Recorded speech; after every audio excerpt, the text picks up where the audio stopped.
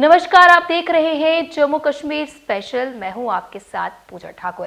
तो खबरों की शुरुआत करते हैं जम्मू कश्मीर विधानसभा में आज मुख्यमंत्री उमर अब्दुल्ला द्वारा पेश किए गए बजट से, जिसमें उन्होंने हर वर्ग और क्षेत्र को छूने की कोशिश की है। We must unite to fulfill our shared commitment to building a stronger, self-reliant Jammu and Kashmir, working for the greater good of our people. The journey of Jammu and Kashmir has been one of resilience and determination. Our government is committed to transforming Jammu and Kashmir into a modern, progressive, and economically vibrant region.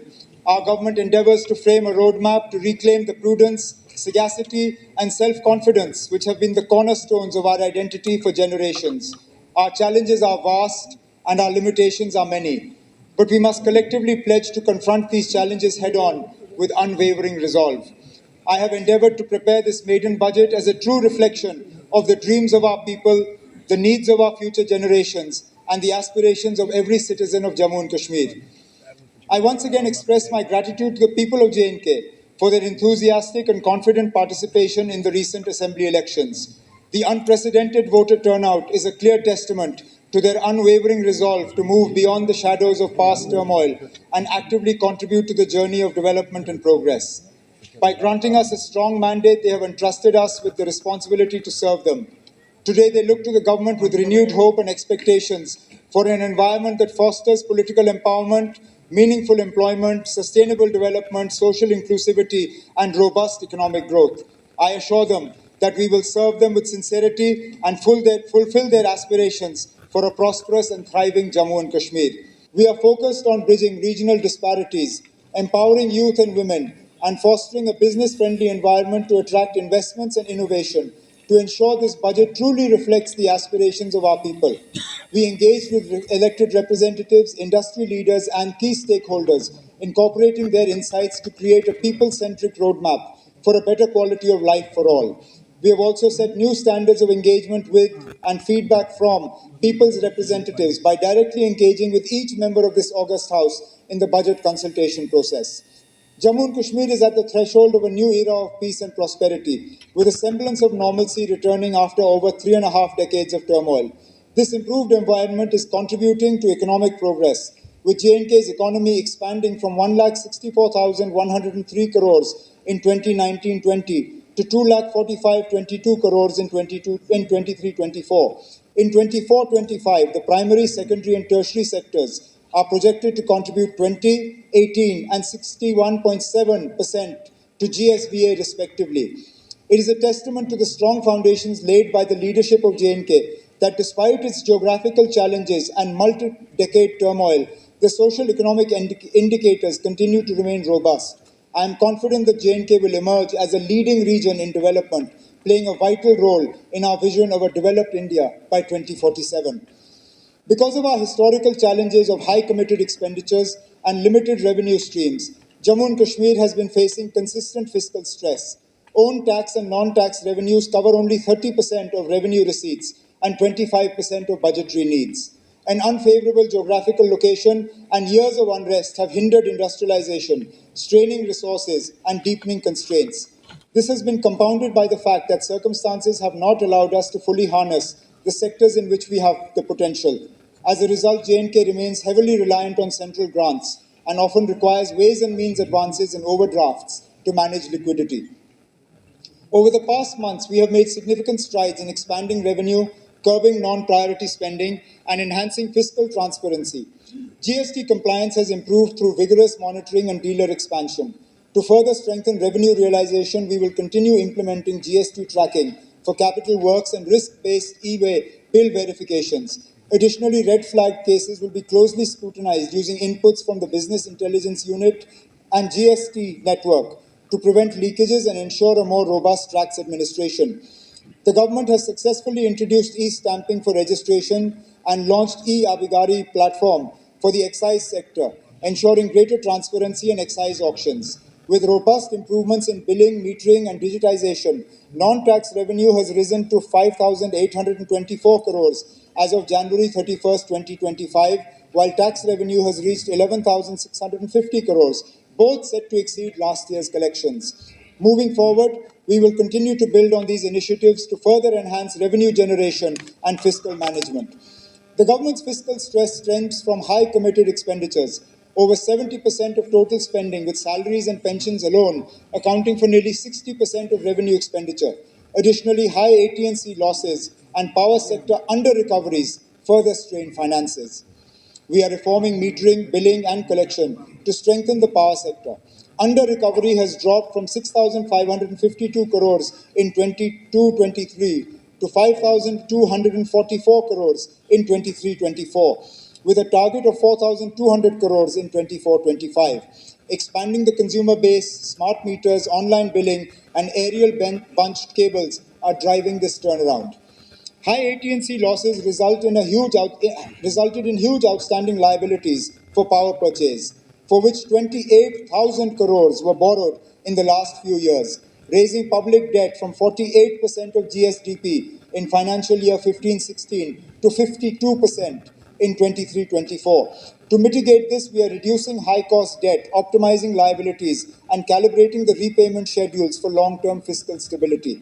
आज पेश किए गए इस budget को लेकर स्थानीय बाजार के लोगों ने दी मिली जुली प्रतिक्रिया। आइए सुनते हैं। मैं मन्नू महाजन, सीनियर वाइस प्रेसिडेंट राष्ट्रीय एग्रो ट्रेडर्स एसोसिएशन का। क्या कहेंगे बजट पर, क्या रिएक्शन आपका? इस बजट को इतना बेकार और इतना बेहुदा बजट आज तक जम्मू कश्मीर की हिस्ट्री में कभी नहीं आया। इसको फाड़ के डस्टबिन में फेंक देना चाहिए। इनका ये ऐसी गवर्नमेंट है जो अपना मैनिफेस्टो भी लागू नहीं कर पाई। शर्म आनी चाहिए उमर अब्दुल्ला साहब आपको। अपने ही स्टेटमेंट पे आप कहते थे 200 यूनिट बिजली फ्री देंगे, आप नहीं दे पाए। वो एक लॉलीपॉप दिया बीपीएल को देंगे, और बीपीएल का जो 1000 रुपया उनको आता था, हेल्प आती थी, वो भी बंद हुई है। उसमें बंद की थी गवर्नर ने। इनको आए हुए भी 6 महीने हो गए हैं। अपने लिए इन्होंने सभी के लिए स्कॉर्पियो नहीं खरीद ली है, पर उनका 1000 रुपये इनसे नहीं देने हुआ। टूरिज़्म को बढ़ावा देने के लिए इन्होंने खाली कागजी काम किया है और कुछ भी नहीं किया इन्होंने। और जितना सेंटर से पैसा आया है, ये तो पूरा भी खर्च नहीं पा रहे। कहाँ यूटिलाइज़ हो रहा है? आज आप देख लें सड़कों की क्या हालत है, आज आप देख लें बिजली की क्या हालत है। खाली इन्होंने रखा है, लेना कैसे है। हाँ, इस बजट में एक चीज़ अच्छी दी है उमर अब्दुल्ला साहब ने, जो औरतों के लिए इन्होंने मुफ्त राइड ई बस में मुफ्त राइड रखी है, पर वो इनफ नहीं है। और मैं आपको गारंटी के साथ कहता हूँ, उमर अब्दुल्ला आने वाला केजरीवाल साबित होगा। आपका नाम? विमल गुप्ता। क्या कहना चाहोगे बजट पर, क्या रिएक्शन है आपका? बिल्कुल लॉलीपॉप दे रहे हैं। 200 यूनिट बिजली अगर आपको फ्री करनी थी तो सबके लिए करते ना। आपने तो एक कैटेगरी रख दी उसके लिए फ्री।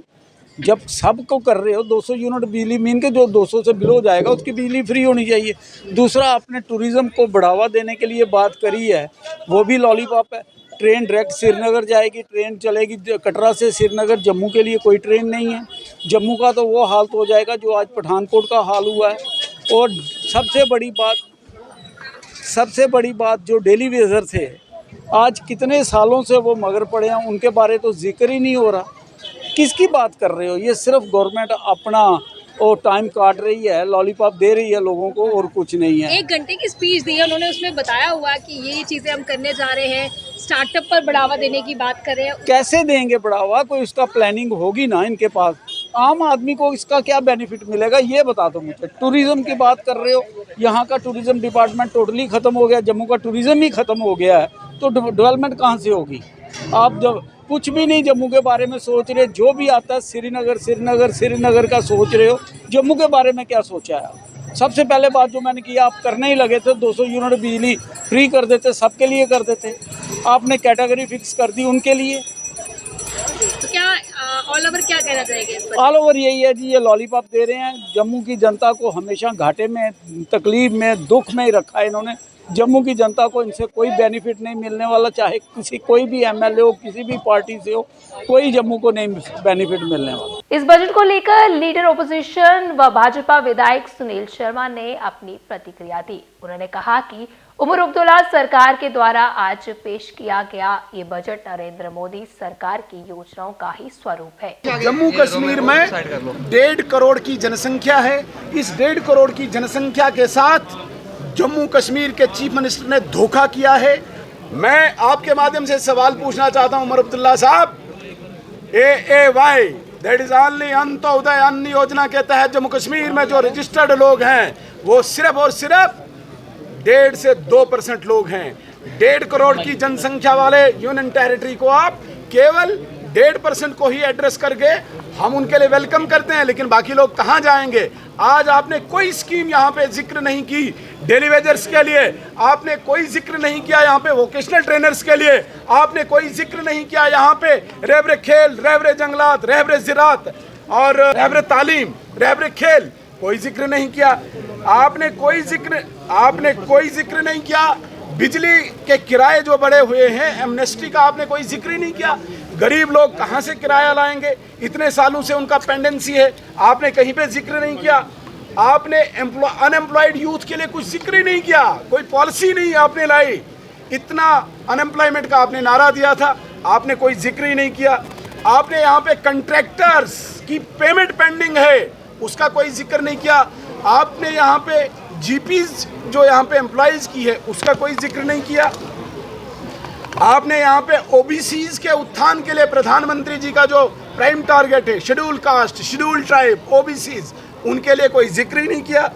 तो इस बजट को हम सिर्फ जुमलेबाजी कहेंगे और सिर्फ सेंट्रल फंडिंग के आधार पे जो स्कीम्स यहाँ पे चल रही है, अपनी वाहवाही लुटाने के लिए एक खाली पत्र, एक खाली कागज, इसके अतिरिक्त कुछ नहीं। बहुत बहुत धन्यवाद। इस बजट को लेकर रामनगर से विधायक सुनील भारद्वाज ने कहा कि ये बजट केवल जुमलेबाजी है। तो ये जो बजट आज पेश हुआ है, आपने देखा एक बिल्कुल जुमलेबाजी, जो इन्होंने मैनिफेस्टो में बातें कही थी उस पे बिल्कुल नहीं उतरा, उससे टोटली डिफरेंट बजट है। जैसे आज डेली वेजर्स का मसला इतना बड़ा मुद्दा जम्मू कश्मीर में है, और डेली वेजर हो, चाहे हमारे एनवाईसी हो, स्कूलों में कुक्स हो, उस बारे में कोई बात यहाँ पे की गई नहीं, कि कुछ भी कहा नहीं गया। Unemployment is a major issue in Jammu and Kashmir. Startup पर जो है वो बात जो है वो जरूर की गई है, महिलाओं को जो है सशक्त किया जा रहा है, इसके अलावा भी कई सारे अनाउंसमेंट्स। आप देखिए, अगर आप डिटेल में आपने सीएम की स्पीच सुनी होगी तो आपने उसमें देखा होगा कि उन्होंने जिक्र किया अटल टिंकरिंग लैब का, उन्होंने जिक्र किया एयरपोर्ट की एक्सटेंशन का, उन्होंने जिक्र किया हाईवेज का, उन्होंने जिक्र किया JJM का, उन्होंने जिक्र किया उन स्कीम्स का जो ऑलरेडी सेंटर स्पॉन्सर्ड स्कीम्स हैं।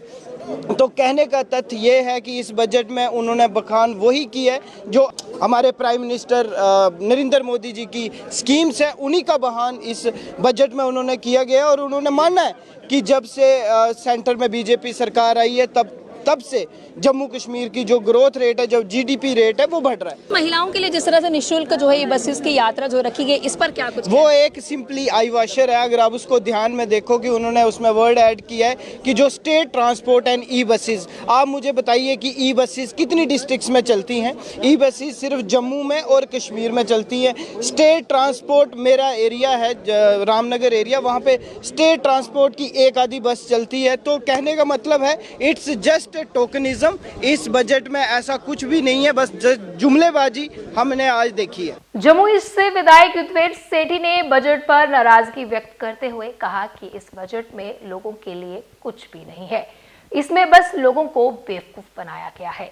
इनके पास देने के लिए कुछ नहीं है, कोरे वादे, झूठे वादे। और आज अगर मोदी जी ना हो तो मेरे को लगता है कि जम्मू कश्मीर भूखा मर जाए। डोडा से विधायक महराज मलिक ने बजट को लेकर कहा कि इस बजट से कुछ ही लोगों को फायदा हुआ है, जबकि कुछ लोग इससे नाराज भी है। उन्होंने कहा कि लोगों को बजट से काफी ज्यादा उम्मीदें थी, लेकिन वह पूरी नहीं हो पाई है। जो वादे थे, जो लोगों को उम्मीद थी, एक आम आदमी को, जो मिडिल क्लास के लोगों को उम्मीदें थी, कुछ लोगों के लिए बेहतर भी है और कुछ लोग जो है इससे नाराज़ भी होंगे थोड़ा बहुत। और हमें भी इस बात का अफसोस है कि कम से कम कैजुअल लेबरर्स हो या जो छोटा तबका हो, डेली वेजर्स हो, जो लाठियां खा रहे हैं, जो नौजवान हैं, उनके बारे में बात होनी चाहिए थी। बहुत सारी चीज़ें छूटी है, लेकिन बहुत अच्छी बातें भी हुई है जिनको हमने कभी एक्सपेक्ट नहीं किया। देखिए, अच्छा मुझे ये लगा है कि जैसे गवर्नमेंट हॉस्टल को बेहतर बनाने की बात की है, हर डिस्ट्रिक्ट के अंदर जो है बेहतर हॉस्टल बनाएंगे, 2000 के आसपास नए स्कूलों को तामीर किया जाएगा, बस उससे भी हमें थोड़ी खुशी है। और उसके अलावा जो है टूरिज्म को बढ़ावा देने की बात हुई है और मुझे यकीन है कि आने वाले कल में जम्मू कश्मीर बेहतरी की ओर आपकी भी तमाम जो है वो बातें हैं जो आपने रखी हुई है, उस पर क्या कहेंगे कि उन लोगों के लिए भी कुछ बजट में आया है या नहीं? देखिए, अभी हम बजट पे डिस्कशन हुआ है, आप तो करेंगे ना, कल तो बहस होगी, कल बात करेंगे और मैं चाहता हूं कि बजट के अंदर इन चीज़ों को लाना तो बहुत स्टार्टअप जरूरी पर है। जो बातचीत की गई है उस पर क्या कुछ कहिए? टूरिज्म पर भी बातचीत देखिए, की गई? टूरिज्म बहुत अच्छी बात है, टूरिज्म को इतना फोकस किया है और उसके अंदर इतनी उम्मीद लगाई जा रही है और मुझे कहीं ना कहीं इस बात की खुशी है कि टूरिज्म के अलावा आप रेवेन्यू जनरेट नहीं कर सकते हैं। सेंटर से उम्मीदें कब तक लगाएंगे, उनसे गुहार कब तक लगाएंगे, जब तक ना हम अपने पाँव पे खुद खड़े हो जाएंगे। जोजिला पास खुलेगा चल, बीआरओ ने बर्फ हटाने की प्रक्रिया की तेज, कश्मीर लद्दाख संपर्क बहाली की तैयारी। बीआरओ ने जोजिला दर्रे पर बर्फ हटाने के अभियान को तेज कर दिया है ताकि कश्मीर और लद्दाख के बीच आवश्यक संपर्क को बहाल किया जा सके। भारी बर्फबारी के कारण सर्दियों में बंद रहने वाले इस महत्वपूर्ण दर्रे को अत्याधुनिक मशीनरी की मदद से साफ किया जा रहा है। कठोर मौसम परिस्थितियों के बावजूद बर्फ हटाने का कार्य तेजी से आगे बढ़ रहा है। प्रक्रिया पूरी होते ही दर्रे को वाहनों की आवाजाही के लिए खोल दिया जाएगा, जिससे आवश्यक आपूर्ति और यात्रियों का सुचारू आवागमन सुनिश्चित होगा। बीआरओ का ये अथक प्रयास कठोर सर्दी के बावजूद क्षेत्र में कनेक्टिविटी बनाए रखने के प्रति उनकी प्रतिबद्धता को दर्शाता है।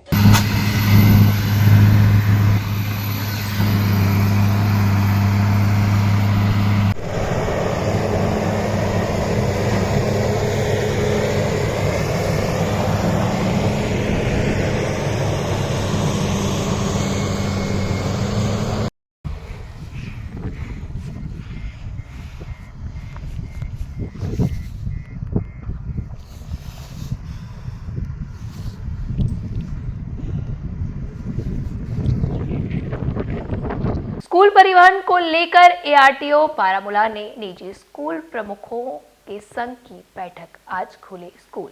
Assistant regional transport officer Baramulla ने सभी निजी स्कूलों के प्रमुखों के साथ एक बैठक आयोजित की, जिसमें स्कूल बसों की परिवहन व्यवस्था पर चर्चा की गई, क्योंकि आज से स्कूल दोबारा खुल गए हैं।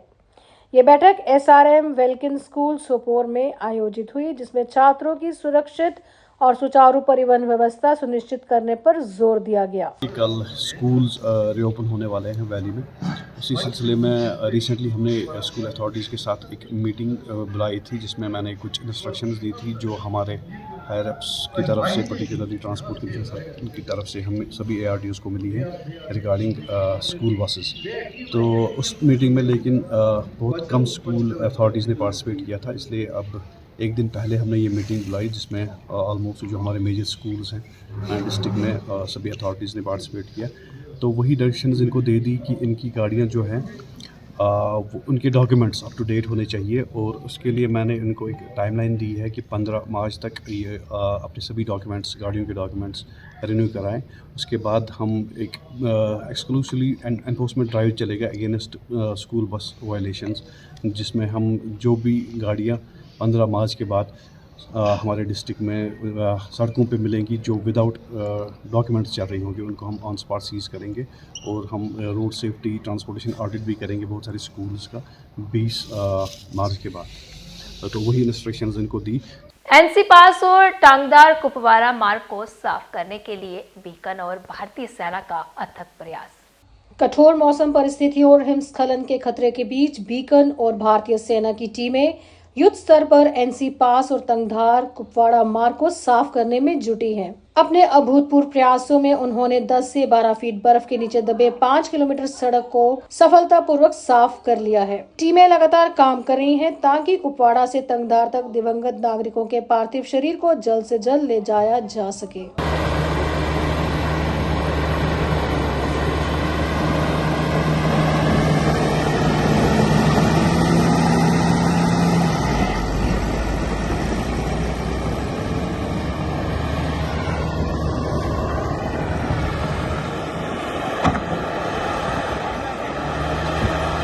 तो आज के जम्मू कश्मीर स्पेशल बुलेटिन में इतना ही, फिर मिलेंगे इसी समय। मुझे दीजिए इजाजत, नमस्कार।